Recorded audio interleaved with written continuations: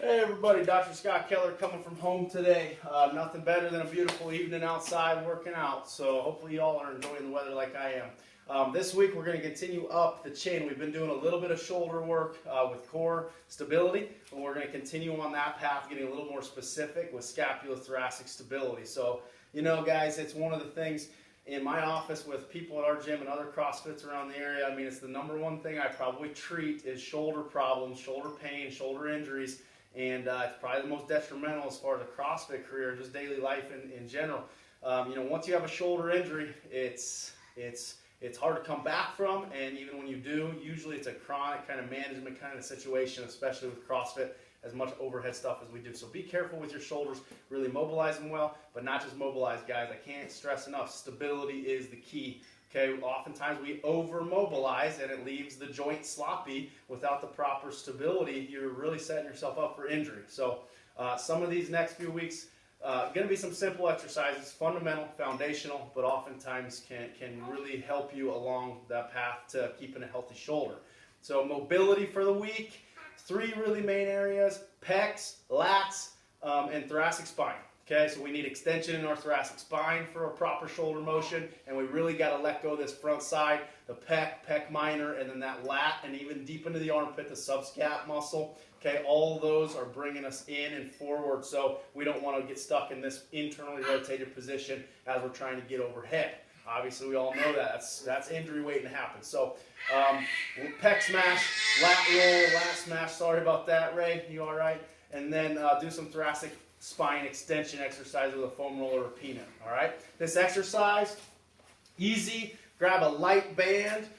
If you don't have one like this at the gym or at home, one of the really smallest, thinnest bands at the gym will work, and you do not need to grab it very close. We don't need a whole lot of resistance here. Honestly, you can do this exercise without a band if you're at work or whatever, but a band adds a little bit of resistance. 3 primary things that we've talked about in the past that you want to maintain throughout the whole exercise as far as proper postural alignment. Core braced, ribs down. That's number 1. Number 2, shoulders in a down, depressed, and back position. Not squeezing them together. That's called retraction. We want more of a depressed down position to keep this upper trap area from being on all the time. And then chin retracted so your cervical spine is in a good position and we're not getting too what we would call jutty with the chin here, like poking out like that.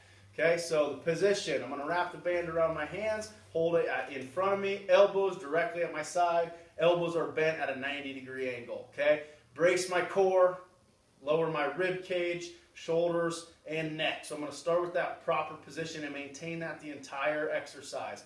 All I'm going to do here is push my elbows down towards the floor, okay? And then I'm going to rotate my scapulas back just a little bit. I don't need to try to go clear out like this. Like I said, it's just a few inches here, just getting those scapular depressors and retractors turned on a little bit, okay? So just for demonstration purposes, what I'm doing, the most important part that people will miss is the elbows down part. So if I'm going to exaggerate this, but if I'm here, I'm going to push my elbows down first before I start rotating out. Okay, a lot of you guys are just going to start here and you're going to be shrugged a little bit in your shoulders and you're just going to start rotating. You're activating all of this crap in your neck that's probably already too tight and knotted up and giving you pain or tightness anyway. So the purpose of pushing the elbows down is to get that shut off and turned on right down through here. Okay, so you should feel lat and other muscles we don't need to go into turning on as you do that, and then you're going to pull out. Thumbs are pointing up the entire time.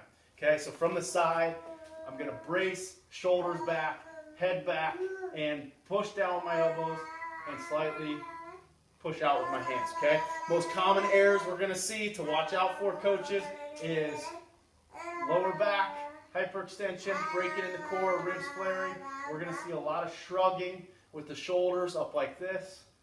Okay, and then we're going to see a lot of chin juts. Who's ever been to a Globo gym?